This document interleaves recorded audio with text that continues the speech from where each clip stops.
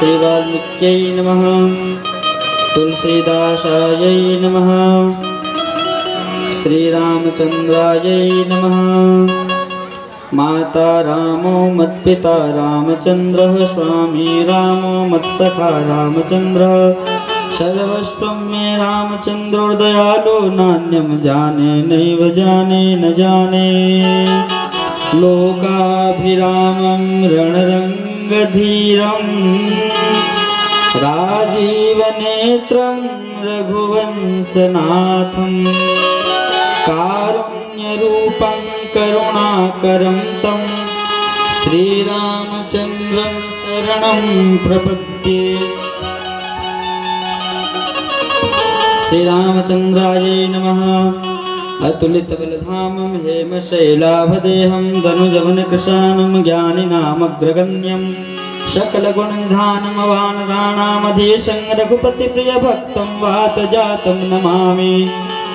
गुरुर्ब्रह्मा गुरुर्विष्णु गुरुर्देवो महेश्वरः, गुरुर्साक्षात् परब्रह्म तस्मै श्रीगुरुवे नमः। काषायं यज्ञसूत्रं सचिवपुषि तथा चोर्धपुण्ड्रं च भाले, यस्यास्ते दक्षहस्ते कलिकुमतिगिरीन्द्रेन्द्रवज्रं त्रिदण्डं, संसाराग्नि प्रशान्ते धृतजलमलं दारुपात्रं पवित्रं, श्रीविश्वक्सेन शूरे पदकमलयुगं श्रेयसे संश्रयामि। श्रीमत्पराशरकुलं च जगद्गुरुं श्रीवासुदेवपदपङ्कजसक्तचित्तं, राजेन्द्रदेशिककृपा महतत्त्वमत्तं, श्रीरङ्गनाथ गुरुवर्यमहं प्रपद्ये। श्री वासुदेवाचार्य विद्याभास्कर स्वामी जी महाराज की, अयोध्या धाम की, सरयू मैया की। श्री राम जय जय राम, श्री राम जय जय राम, श्री राम जय जय राम,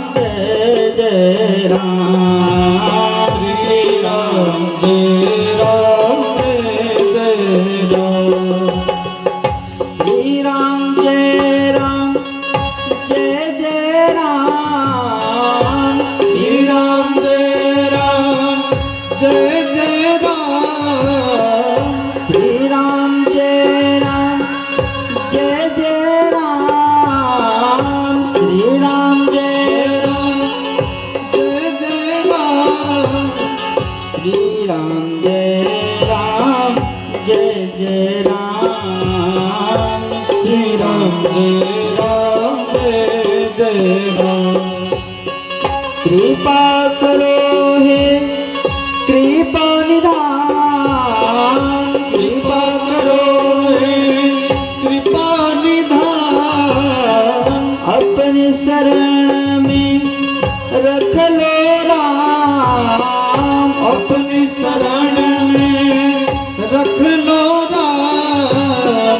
कृपा करो प्रभु मेरे राम, कृपा करो प्रभु मेरे राम, कट जाए मेरे सारे काम, कट जाए मेरे सारे काम। श्री राम जय राम, श्री राम जय राम। आओ तुम हे हनुमान, आओ तुम हे श्री हनुमान, आओ तुम बजरंग हनुमान, आओ तुम बजरंग हनुमान, संग मिलाओ सीताराम, संग मिलाओ सीताराम। सबके मन में बस जाओ राम, सबके मन में बस जाओ राम। आओ राम मेरे आओ राम, आओ राम मेरे आओ राम। श्री राम जय राम, जय जय राम। श्री राम जय राम, जय जय राम। श्री राम जय राम, जय राम। बोलिए श्यावर रामचंद्र भगवान की। परम श्रद्धालु हमारे जालिम ग्राम के समस्त माताएं बहन, समस्त पूज्य पिता समान हमारे पुरुषगण, हमारे जालिम ग्राम के समस्त छोटे भाई रूपी समस्त भाई, प्यारे बच्चे, आज हम पंच दिवसीय श्री राम कथा के चतुर्थ दिवस में प्रवेश कर रहे हैं और कल इस कथा का समापन दिवस है और फिर 30 तारीख को हवन पूर्णाहुति के साथ इस रामचरितमानस यज्ञ की पूर्णाहुति विश्राम दी जाएगी। आप सबको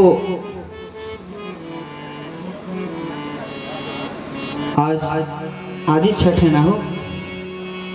चलिए आज आप सभी माताओं बहनों को छठ महापर्व की हमारी ओर से हार्दिक शुभकामनाएं। एक बार प्रेम से बोलेंगे, बोलिए छठ मैया की। भगवान श्री सीताराम के चरण कमल में बार बार प्रणाम करता हूँ, जिनकी कृपा से, जिनकी चरण रज से गौतम नारी जिसको श्राप मिलने के कारण पत्थर हो गई और भगवान के चरण के रस पड़ने से वो पुनः वैकुंठ प्राप्त करती है, पति लोक प्राप्त करती है। भगवान श्री सीताराम जी के चरण कमल में प्रणाम करते हैं, जो अकारण ही अपने भक्तों पर कृपा बरसाते हैं।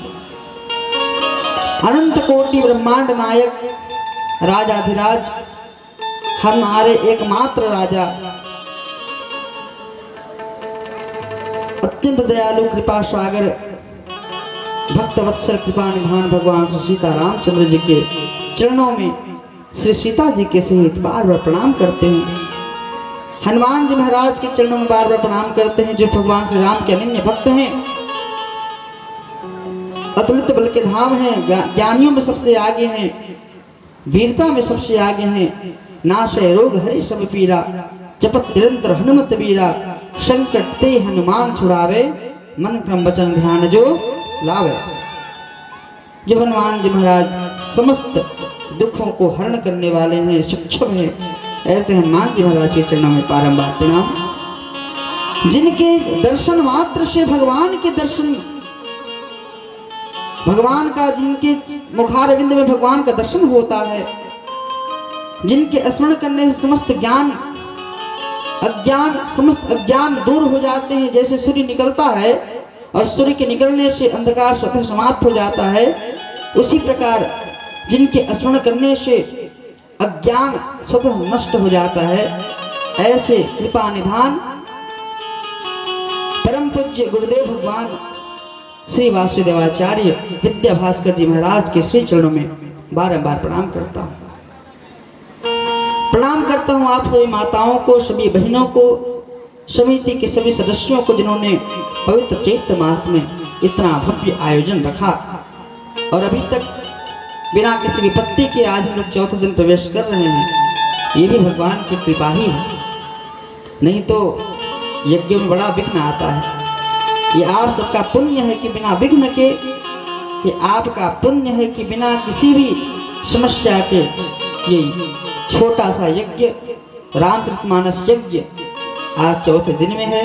और इसके बाद एक भव्य यज्ञ भी होगा, जो महायज्ञ होगा, यज्ञ नहीं महायाग, श्री लक्ष्मीनारायण महायाग होगा। तो माताएं, भगवान श्री सीता रामचंद्र जी कौन हैं आप सब जान गए। कल की कथा में हमने श्रवण किया राम जी के जन्म का कारण क्या था, भगवान शिव कैसे राम जी का बखान, राम जन्म की कथा पार्वती जी को सुना रहे हैं। एक और प्रयागराज में याज्ञवल्क्य जी महाराज भरद्वाज जी को रामचंद्र जी के पवित्र पावन चरित्र को श्रवण करा रहे हैं। याज्ञवल्क्य जी महाराज ने फिर इस कथा को काकभुसुंडी जी को सुनाया और काकभुसुंडी जी उत्तरांचल में गरुड़ जी को ये कथा सुना रहे हैं। यही कथा तुलसीदास जी ने अपने गुरु से सुना था और फिर वाराणसी अस्सी घाट में समस्त राम कथा मंडली को इस कथा का श्रवण करा रहे हैं और जालिम ग्राम में नए रामानुज सदानंद श्री वैष्णव आप सभी लोगों को राम कथा का श्रवण करा रहा हूं। देखिए, कथा सुनना अलग विषय है, समझना अलग विषय है। क्योंकि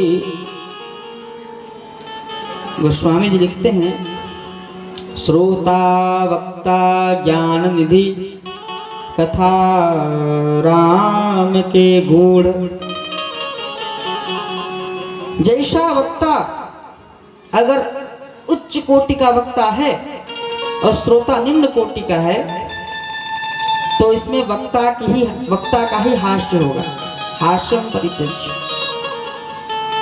क्योंकि श्रोता यदि दुष्ट है, श्रोता की बुद्धि खोपड़ी खाली है, तो उसे कुछ भी समझ आने जाने वाला नहीं है। और अगर श्रोता जानने के भाव से आएगा कि मुझे जानना है, इस भाव से आएगा, तो फिर उसे भगवान श्री रामचंद्र जी की कृपा से सब कुछ ज्ञान हो जाएगा, वो सब कुछ जान जाएंगे। एक गांव में इसी प्रकार की कथा चल रही थी, भगवान कृष्ण की कथा, राम की कथा चल रही थी। इतने में एक व्यक्ति आया और व्यास जी महाराज को पकड़ के कहता है, गुरु जी हम तो आपके बड़े फैन हो गए हैं, आपका चेला बनना चाहते हैं, हमें अपना चेला बनाओ, गुरु बन जाओ हमारे। व्यास जी महाराज ने कहा, साधु ने कहा, भैया हम तो किसी को चेला नहीं बनाते हैं, तुमको कैसे बना ले? नहीं, आप बड़े विद्वान हैं, ज्ञानी हैं, हमको तो आपका ही चेला बनना है, आपको ही गुरु बनाना है, आपकी खूब सेवा करेंगे, आपके पांव दबाएंगे। बोले भैया वो सब ठीक है, हमारे पांव दबाने वाले हमारे चेले लोग हैं, तुमको क्या चाहिए सो बताओ, तो हमको तो आप अपना चेला बनाओ अपना। उन्होंने कहा ठीक है। तो गुरु जी ने अपना चेला बनाया।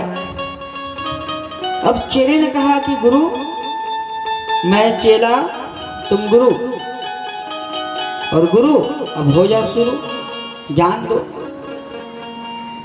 बिना ज्ञान के गुरु कैसा? कथा सुनाइए बढ़िया बढ़िया। तो गुरु जी ने कहा कि चलो भैया बहुत बढ़िया चेला बन गया है। अभी चेला बना ही नहीं कि गुरु से पूछना शुरू, गुरु कथा सुनाओ। अच्छा ठीक है बैठो। गुरु जी ने खूब कथा सुनाया। गुरु जी ने कहा भगवान कृष्ण ही सब कुछ हैं, सर्वधर्मान परित्यज्य माम एकम शरणं व्रज। भगवान कृष्ण पूरे संसार के स्वामी हैं। यदा यदा ही धर्मस्य ग्लानिर्भवति भारत, जब जब धर्म की हानि होती भगवान आते हैं। राम नाम ही एक आधार है जिसको जब अपने समझ संसार के पार उतर जाता है। खूब सुनाया। ये पूरी संसार जो है वो गाय है और इस गाय रूपी संसार का दुग्ध को दुहते हैं गोपाल नंदन, दुग्धा गोपाल नंदन। ये संसार गाय है, इसको दुहते हैं दुग्धा गोपाल नंदन। दुग्धा माने दूध को दुहते हैं गोपाल नंदन। हम सब भगवान के हैं, भगवान मेरे हैं। अब चेला जो है बड़ा मजा से कथा सुन रहा। आहा गुरु जी वाह वाह वाह, अरे आप धन्य है महाराज, जय हो जय हो जय हो गुरु जी। अब गुरु जी तारीफ सुन के और कथा सुनाने लगे। हाँ बेटा भगवान ही सब कुछ है, ब्रह्मा ही सब कुछ है, ब्रह्म निराकार बन के साकार होकर के आता है। आहा गुरु जी बहुत बढ़िया, आहा मजा आ रहा है, और सुनाइए और सुनाइए। अब गुरु जी और उत्साह जोश में और सुनाते हैं कि शिव जी ने किस प्रकार कथा सुनाई। पूरा संसार भगवान का है, दुग्धा गोपाल नंदना, भगवान ही दूध दुहते हैं पूरे संसार का। कथा समाप्त हुआ तो गुरु जी ने कहा कि अच्छा चेला बताओ तुमको सब समझ में आ गया? अरे गुरु जी आपका कहना है। अरे भैया आपके मैंने सब कुछ खोल के पी लिया, आपने जो कुछ कहा मैंने सब खोल के पी लिया। अच्छा हाँ, अच्छा कुछ बाकी रह गया तो पूछ सकते हो, फिर से बता दूंगा। तो कहता है क्या पूछना गुरुजी, सब समझ में आ गया, लेकिन एक बात समझ नहीं आई। अच्छा, तो क्या बात समझ नहीं आई? तो आप जो कहे ना दुग्धा गोपाल नंदना, दुग्धा गोपाल नंदना, दुग्धा गोपाल नंदना, तो इसमें जो दुग्धा है तो वो दो गधा कौन है मुझे समझ नहीं आ रहा। दो गधा गोपाल नंदना। गुरुजी ने कहा अच्छा, बहुत बढ़िया चेला मिला। तो गुरुजी ने कहा कि बेटा ये दो गधा कौन है पता है कौन? एक तुम एक हम, जो तुमको इतना फालतू ज्ञान दे रहे थे और तुम जो इतनी बढ़िया सुन रहे थे और तुम कहते हो दुग्धा गोपाल। तो जो गधा है, एक गधा तुम हो, एक गधा हम हैं। तो ऐसा हमारे साथ मत करना, नहीं तो पता चला हम यहाँ बेकार में बकैती कर रहे हैं और आप लोग केवल अटेंडेंस बनाने के लिए आए हैं। बोलो कृष्ण भगवान की, सीताराम भगवान की। और अगर ऐसा करेंगे तो जानते हैं क्या होगा? ये सारा कर्ता धर्ता ईश्वर है, ये तो आप जानते हो कि सब कुछ करने कराने वाले भगवान ही होते हैं और भगवान से कोई बच नहीं पाया है। आप जहाँ से गलती करेंगे ना, आप जहाँ से गलती कर लीजिए, आपको अंतिम में उसी जगह आकर के खड़ा कर देंगे भगवान। हाँ, आपको भगवान उसी जगह ला करके खड़े कर देंगे, आप जहां से गलती की शुरुआत करेंगे। एक व्यक्ति जो था वो कहीं जा रहा था, तो रास्ते में उसको आम का बगीचा दिखाई देता, बहुत बढ़िया आम का बगीचा।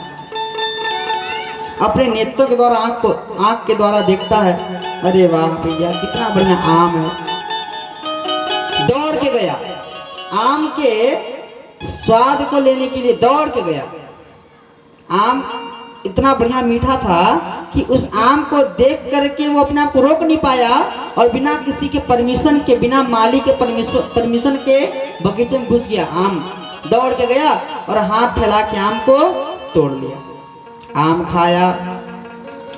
खाया, पेट भर गया। इतने में माली आ जाता है। जैसे उसने आम को तोड़ा, खाया, उतने में क्या होता है कि उस स्थान का, उस बगान का मालिक आ जाता है। अरे तूने बिना पूछे मेरे फल को तोड़ा। उठाया, डंडा मारा, पीठ में 4-5 डंडे, इतना मारा कि दर्द से उसकी आंखों में आंसू आ गए। समझ में आ गया आप लोगों को? अब इसमें अब गहराई समझिए, इसमें क्या गहराई है ये बताइए कि उस व्यक्ति ने उस फल को किसके द्वारा देखा? आंख के द्वारा देखा। किसको द्वारा देखा? गलती कहां से शुरू हुई? आंख से।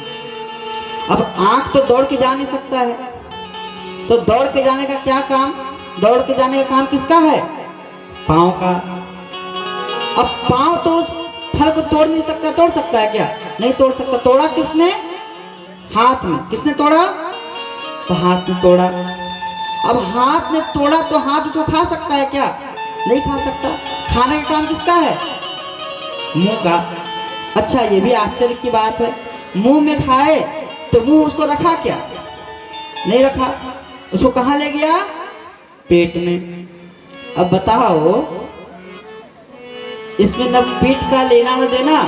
अब पिट गया पीठ, 4-5 डंडे पीठ में पड़ गए उसके। इसमें और आश्चर्य की बात यह है कि पिटा पीठ और रोता है आंख।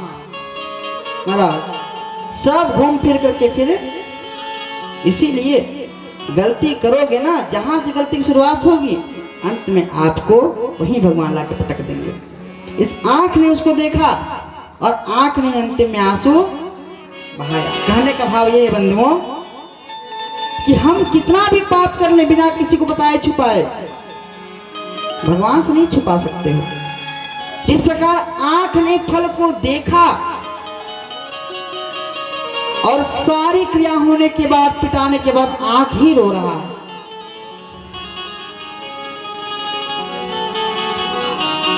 सारी क्रिया होने के बाद आंख ही रो रहा है।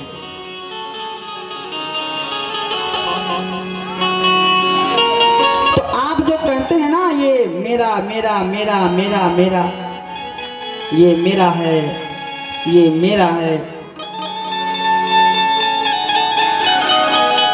यदि ये आपका है तो मैं आपको चैलेंज करता हूँ। आप कहते हैं ना ये मेरा मोबाइल है, ये मेरा घर है, ये मेरी गाड़ी है, ये मेरा है, ये पैसा, ये पत्नी मेरी है, ये बाजा मेरा है, ये मंच मेरा, ये जीवन मेरा। तो आपका है तो अपनी मर्जी से एक बार आप 2 मिनट के लिए सांस को छोड़ दो। आपका सांस है, 2 मिनट के लिए सांस लेना छोड़ दीजिए। छोड़ के दिखाइए, 1 मिनट दिखाइए छोड़ करके। आपका सांस है ना, 1 मिनट छोड़ के दिखाइए। छोड़ सकते हैं? सांस छोड़े और आपको दुनिया छोड़ देगा। जहां सांस छोड़े वहीं भीड़ लग जाएगी तुरंत। अभी संसार में सब कुछ भगवान का है, सब कुछ। कभी भी ये भाव न आए कि ये मेरा है। जहां मैं का भाव आ गया वहीं से व्यक्ति की हार शुरू हो जाती है। हमेशा ये भाव होना चाहिए, मेरा आपकी कृपा से सब काम हो रहा है, करते हो तुम राघव मेरा नाम हो रहा है। हाँ, बस यही भाव। ये जो मेरा मेरा मेरा मेरा मेरा मेरा आप करते हैं, इसी से आप भगवान से दूर होते जा रहे हैं। आपको मैं एक और घटना सुनाता हूँ, एक सच्ची घटना सुनाता हूँ। ये घटना आज से 50 साल पहले की घटना है और ज्यादा दूर की घटना नहीं है। बिहार के सारण जिले की घटना है। सारण जिले जान रहे हो? सारण, तो सारण जिले की घटना है। एक केवट रहता था वहां, एक केवट रहता था। तो वो भगवान राम का बहुत बड़ा भक्त था। उससे जब कोई पूछता कि और भैया सब बढ़िया, तो कहता सब राम भरोसे, सब राम देख रहे हैं, राम जानते हैं। अच्छा अच्छा अच्छा भैया खाना वाना खा लिए? हाँ हाँ, राम ने खिलाया, राम कृपा से हो रहा है। और भैया कहाँ चले? बस राम जी जहाँ ले जाएं। हर चीज की उपमा भगवान राम से। केवट है, अब केवट की 3 बेटी 1 बेटा। अब केवट की 3 बेटी हो और केवट का जात हो तो भैया विवाह करने के लिए तो बहुत परिश्रम करना पड़ेगा ना, केवट की कहाँ कमाई। तो बेटा ने कहा कि पिताजी 3 बेटी बहन का विवाह करना है, ऐसा कीजिए शहर जा करके एक सेठ से कुछ पैसे उधार क्यों ले लेते हो, क्योंकि दीदी का विवाह करना है। देखो दीदी बड़ी हो जा रही है, विवाह सही समय पे नहीं करेंगे क्या होगा, मेरी नौकरी लगने वाली है, तो एक सेठ से आप कुछ पैसा उधार ले लीजिए और जब मेरी नौकरी लगेगी तो मैं सूद जो हिसाब किताब है उसको करके मैं उनको लौटा दूंगा। ये बात सुन के पिता ने कहा ठीक है बेटा, जैसा राम कराना चाहते हैं कराएंगे, उनकी मर्जी सब होता है, राम जी कराते हैं। ये बोल करके सेठ चला गया। सेठ के पास केवट गए, सेठ के पास गए और कहे कि सेठ जी महाराज हमें 1 लाख रुपए चाहिए, अपनी 3 बेटी का मुझे विवाह करना है, 1 लाख चाहिए। सेठ ने कहा अच्छा तो क्या क्या लिखवा रहे हो? बोला मेरी जमीन जायदाद घर द्वार सब लिख लीजिए। लिखना पड़ता है ना, वो रजिस्ट्री करना पड़ता है कि आपके पास क्या है, आप पैसा नहीं दे पाएंगे तो ये मेरा हो जाएगा, होता है ना नियम ऐसा, लोन लेते हैं तो एक प्रकार का लोन समझ लीजिए। तो अपना सारा जमीन जायदाद का कागज बनवा करके से केवट जो है वो 3-4 दिनों के बाद केवट के पास पहुंचता है और केवट उनको 1 लाख रुपए देता है और नीचे उसका साइन करवा लेता है दस्तावेज बनवा करके कि मैंने आज फलना डेट को केवट को 1 लाख रुपए नगद दिया और उसको साइन करा दिया। साइन करा के कागज जो है वो केवट के पास देने गया कि ये लो ये प्रमाण है। तो क्या प्रमाण है? कि मैंने तुमको 1 लाख रुपए दिया है, तुमने मेरे सामने इतना इतना जमीन इतना इतना घर गिरवी रखा है और मैं तुमको इसको बदले में पैसे दे रहा हूँ, ये उसका प्रमाण है। तो केवट ने कहा भैया प्रमाण क्या हो सकता है, अरे मेरे राम है ना। तो ये बात सुन करके केवट की बात को सुन करके सेठ ने कहा लगता है पुराना कल्चर का आदमी है, उसने क्या उसके मन में पाप आ गया। उसने कहा अच्छा ठीक है तुम जाओ, ये कागज मैं अपने पास रख लेता हूँ। ऐसा कर करके साइन किया हुआ कागज वो अपने पास रख लिया, है ना। घर गया, पिताजी से पूछा बेटे ने, पिताजी पैसे ले आए? हाँ भैया ये 1 लाख रुपए। अच्छा कागज वागज कुछ दिया सेठ ने? तो कागज दे रहा था लेकिन मैं नहीं लिया। क्यों नहीं लिया? अरे राम है ना। पिताजी लेना चाहिए था, चलिए कोई बात नहीं, सेठ अच्छा है, ईमानदार है, कोई बात नहीं। कुछ दिनों के बाद सेठ ने उस केवट पे केस कर दिया। क्या केस कर दिया कि इस केवट ने मुझसे 1 लाख रुपए लिए हैं और ये उसका प्रमाण है, क्योंकि वहाँ लिखा हुआ था कि मैं सेठ से 13 तारीख को पैसे 1 लाख रुपए ले रहा हूँ। वहाँ नीचे सिग्नेचर, हस्ताक्षर, उंगली का ठप्पा। केस कर दिया। अब केस जब कर दिया तो FIR हुई, बिहार पुलिस पहुंची उसको पकड़ने के लिए। चोर कहीं का, चोरी क्या है 1 लाख रुपए तुमने लिया है, मांगा, लौटाता क्यों नहीं है?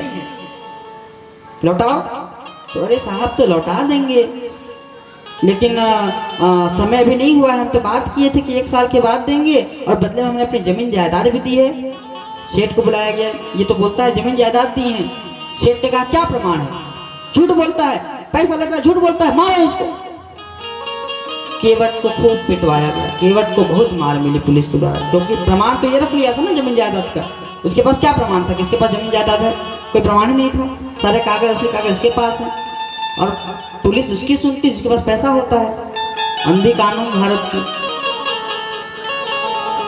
बात कोर्ट तक पहुंच गई, कोर्ट तक बात पहुंच गई। उस समय डॉक्टर MK प्रसाद पटना जिले के मजिस्ट्रेट साहब थे, जज साहब, और मुकदमा बुलाया गया केवट को कि तुम पर भैया ऐसा ऐसा आरोप लगा है, इसको तुम स्वीकार करते हो? केवट कहता है कि माई बाप, जीवन में कहीं मैंने झूठ नहीं बोला, मैंने कभी छल नहीं किया, मैंने कभी कपट नहीं किया और सच्ची शपथ खा के कहता हूं कि मैंने अपने जीवन में कभी किसी को धोखा नहीं दिया है। उसकी आंख को देख करके जज साहब को दया आ गई। जज साहब ने कहा कि कुछ प्रमाण है तुम पर, इसने आरोप लगाया है कि तुमने 1 लाख रुपए इसको दिए हैं। तो केवट ने अपनी सारी बात बताई जज साहब को कि जज साहब ऐसी ऐसी बात है, मैं बेटी की शादी करना चाहता था तो सारा जमीन का कागज वागज इनको दिया था, मैं इसका प्रमाण नहीं दे सकता हूँ, लेकिन हाँ इस घटना को मेरे अलावा किसी ने देखा है। जज साहब ने कहा देखा है? किसने देखा है? तो कहता है कि मेरे रामचंद्र ने देखा है। तो जज साहब को लगा रामचंद्र नाम का कोई व्यक्ति होगा। अच्छा अच्छा अच्छा ठीक है, जाओ जाओ जाओ। अब कोर्ट ने यह फैसला किया कि इसके तह तक जाना है, तो उसने अपने जो कोर्ट के जो क्या हो बोलते हैं उसको, कोर्ट के साथ जो जाते हैं, CBI नहीं, वो जो छानबीन नहीं करते हैं, नोटिस है ना, नोटिस तो देख कर गया, चलो जो भी बोलते हैं उसको। तो कोर्ट ने अपने पुलिस को भिजवाया कि जाओ भैया, वारंट नहीं, वारंट अभी सेफा पे चलेगा। अब बात तो रामचंद्र जी तक पहुंच गई ना। तो गांव में अब जो कोर्ट की तरफ से जो आए थे वो ढूंढे नोटिस लेकर के रामचंद्र जी को कि रामचंद्र कौन है, फलना तारीख को तुमको कोर्ट में पेश होना है। अब संजोग की बात ये रही कि पूरे गांव में रामचंद्र नाम का कोई इंसान नहीं। ये आश्चर्य की बात है। अब कोर्ट वाले व्यक्ति ने सोचा कि अब हम जज साहब के पास जाएंगे, जज साहब बेकार में हमको उल्टा पुल्टा सुनाएंगे। तो किसी व्यक्ति ने कहा कि सुनो भैया, रामचंद्र जी का यहाँ कोई नाम का व्यक्ति तो नहीं है, लेकिन रामचंद्र जी का मंदिर है। अच्छा मंदिर है, हमें क्या लेना देना। तो गया और रामचंद्र जी की नोटिस रामचंद्र जी के मंदिर में पहुंचा दिया। पंडित जी आए, पंडित जी ने समय पे 4 बजे शाम को मंदिर खोला, देखा कि नोटिस आया है। पंडित जी ने कहा वाह प्रभु क्या माया है, आपके दरबार में मैंने सोना चांदी आटे देखा था, आपके दरबार में मैंने अच्छे अच्छे लोगों को रोते देखा था, ये नोटिस पहली बार आया है, क्या बात है। खोल के देखा तो पंडित जी की आंखों में आंसू आ गए। पंडित जी ने कहा कि प्रभु आज आपके भक्त की इज्जत का सवाल है। प्रबल प्रेम के पाले पड़कर प्रभु को नियम बदलते देखा। प्रभु का मान भले टल जाए पर भक्त का मान न टलते देखा। ये इतिहास गवाह है कि जब जब भक्त ने भगवान को पुकारा है और भगवान आए हैं, उनको आना पड़ा है, उनको आना पड़ा है।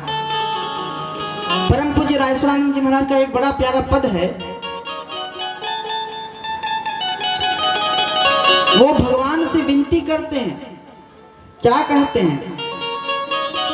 कृपा की न होती जो आदत तुम्हारी, कृपा की न होती जो आदत तुम्हारी, सोनी रहती अदालत तुम्हारी, सोनी रहती अदालत तुम्हारी। कृपा की न होती, कृपा की न होती जो आदत तुम्हारी, सोनी रहती अदालत तुम्हारी, सोनी रहती अदालत तुम्हारी।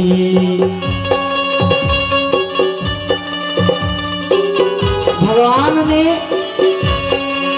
ये आप शास्त्र पढ़ो, पुराण पढ़ो, जीव के लिए भगवान दौड़ा आया। क्यों?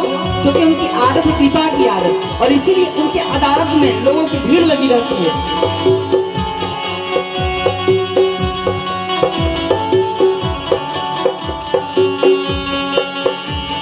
भाव क्या है? जो दीनों के दिल में जगह तुम न पाते, जो दीनों के दिल, दीन माने गरीब दुखियारी, जगह तुम न पाते, तो किस दिल में होती हिफाजत तुम्हारी, तो किस दिल में होती हिफाजत तुम्हारी। क्यों? कृपा की न होती जो आदत तुम्हारी, कृपा की न होती जो आदत तुम्हारी, सोनी रहती अदालत तुम्हारी, कृपा की न होती।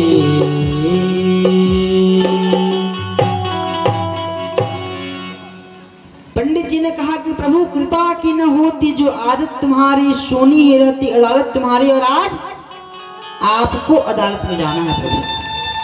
आज इज्जत का सवाल है, भक्त के जीवन का विश्वास है, भक्त का इज्जत का सवाल नहीं है, भक्त के विश्वास का सवाल है। भक्त बड़ा विश्वास करता है राघव आप में। तारीख पढ़ा गया, पंडित जी ने तारीख पढ़ के राम जी को सुनाया, और जिस तारीख को रामचंद्र जी को हाजिर होने की बात हुई थी, पंडित जी ने क्या किया कि आज राम जी का बहुत अद्भुत श्रृंगार किया है। जानते हैं क्यों श्रृंगार किया है? आज पहली बार मेरे भगवान इस मंदिर से बाहर जाने वाले हैं, जरा बन ठन के जाएं। हाँ, बढ़िया से आज भगवान का श्रृंगार किया, बढ़िया से तिलक चंदन लगाया। अदालत में आज अदालत में भीड़ खचाखच भरा हुआ है, क्योंकि सबको जानते हैं कि ये केस तो ये केवट हार जाएगा, ये केस ये केवट तो हार जाएगा। खचाखच अदालत भरी हुई है। सेठ मुस्कुरा रहा है कि आज इसका जमीन जायदाद मेरे पास मेरे नाम हो जाएगा। कोर्ट कोर्ट में जो आवाज देते हैं वहां के मजिस्ट्रेट लोग, उन्होंने आवाज दिया, रामचंद्र हाजिर हो, रामचंद्र हाजिर हो, रामचंद्र हाजिर हो। 3 बार आवाज दिया उसने, रामचंद्र हाजिर हो, रामचंद्र हाजिर हो, रामचंद्र हाजिर हो। और भगवान सीताराम एक बूढ़े बाबा के रूप में प्रवेश करते हैं कोर्ट में कि मैं रामचंद्र दास हूं, मैंने इस घटना को होते हुए देखा है। वो आज भगवान कटघरे में खड़े हो गए हैं बूढ़े के रूप में, तिलक चंदन से शोभित हो रहा है। 90 साल के बूढ़े के रूप में भगवान रामचंद्र लाठी को ठटपाटे हुए पहुंचे हुए। केवट देख के हैरान हो गया कि ये कौन है, मैं इसे नहीं जानता, ये कौन है।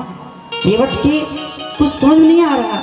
उस बूढ़े ने कहा कि जज साहब, ये सेठ झूठ बोलता है, इसने मेरे सामने फलाने फलाने जगह में फलाने पलंग के नीचे गदा के नीचे इसके द्वारा साइन किया हुआ जमीन जायदाद का कागज रखा है।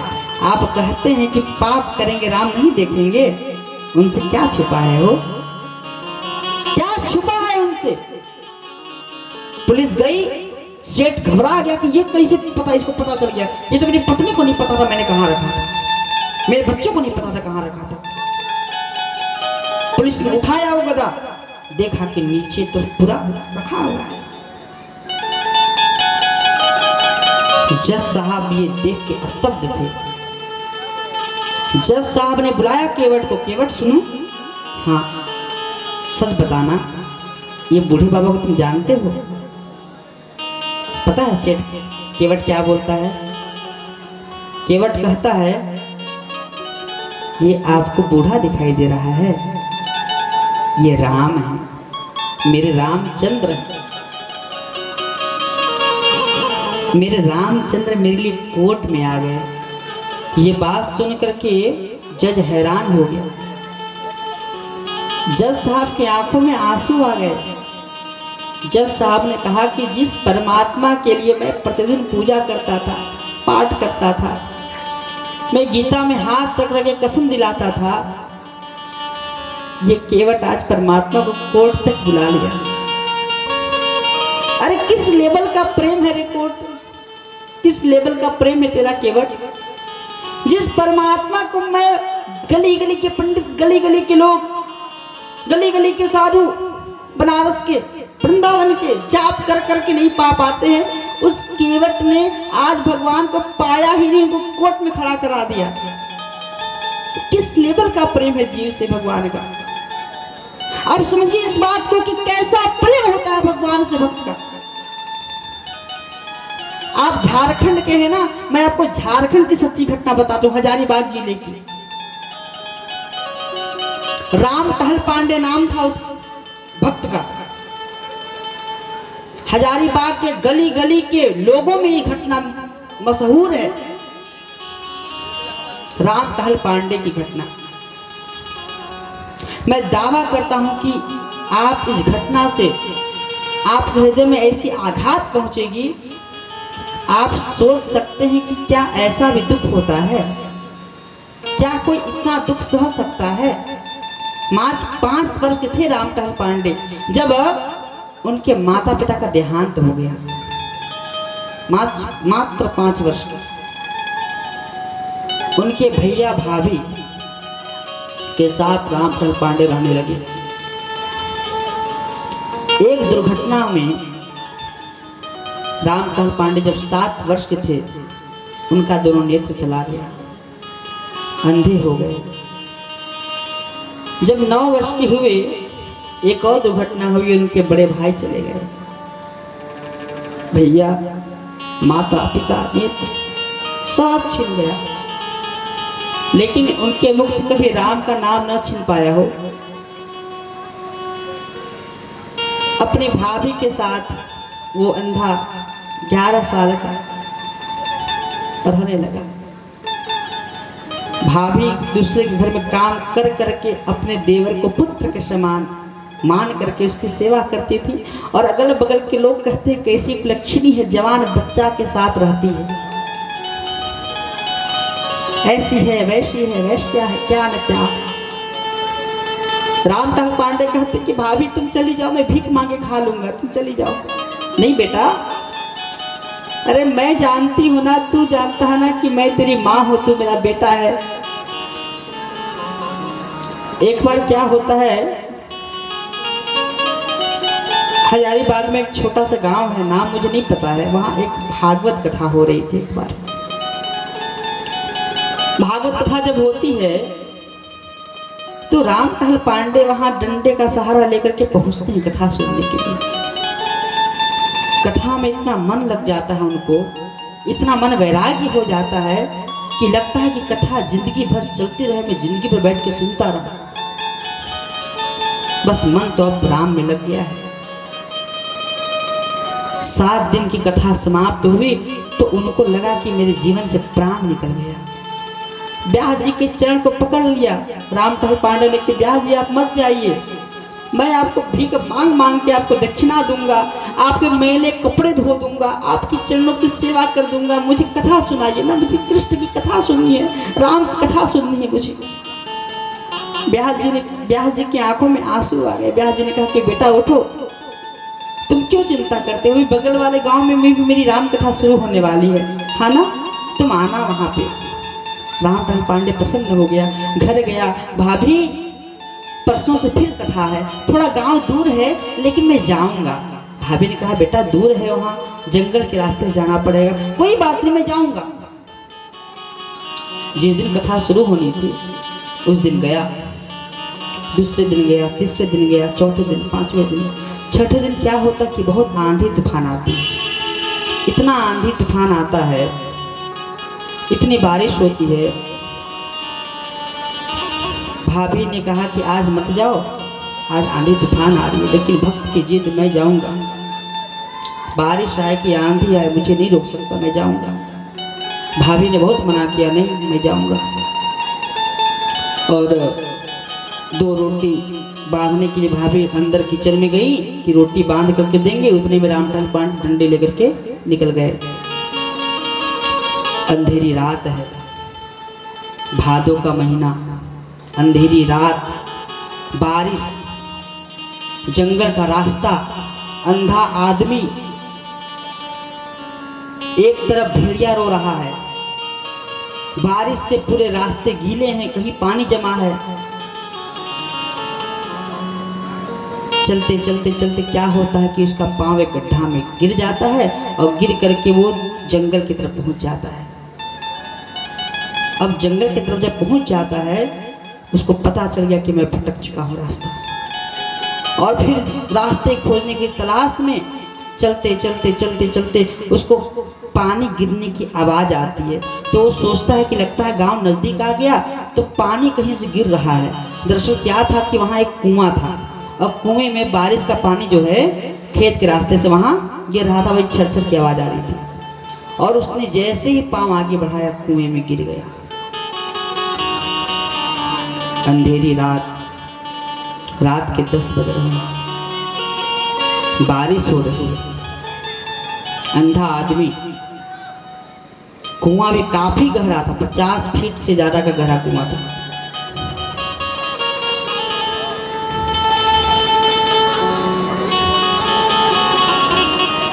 जब कुआं में गिर जाता है ना तो पानी धीरे धीरे ऊपर आने लगता है, पहले छाती तक, मुंह तक, सर तक जब पानी आने लगता है तब तक उसने भगवान को याद नहीं किया। जब पानी मुंह तक पहुंच जाता है तो पता है क्या कहता है, भगवान से इतना ही कहता है, मात पिता को छीन लिया है, नेत्र हमारे छीन लिया है, भाई मेरे छीन के तुझको, क्या मुझ पर दया नहीं आती है। अरे प्रभु तूने मेरे माता पिता को छीन लिया रे, 5 वर्ष का था जब तूने मेरे माँ बाप को छीना।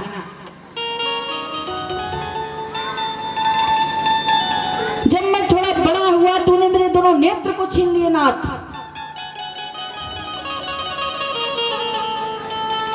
जब थोड़ा और बड़ा हुआ तो तूने मेरे भैया को छीन लिया, और आज मैं जब तुझे पाने निकलता हूं तो तूने मुझे गहरे खाई में गिरा दिया, भाव में गिरा दिया। मैं तुझसे कुछ नहीं मांगता कि मुझे ये चाहिए वो चाहिए, मैं तुझसे इतना ही मांगता हूं कि अगर तूने आज मुझसे मेरे कथा सुनने का अधिकार छीन लिया तो याद रखना पूरा संसार तुझे गाली देगा। इतना बेरहम तू कैसे हो सकता है नाथ? हे कृष्ण, हे गोविंद, हे नाथ, रो रो करके कहने लगता है, पकड़ लो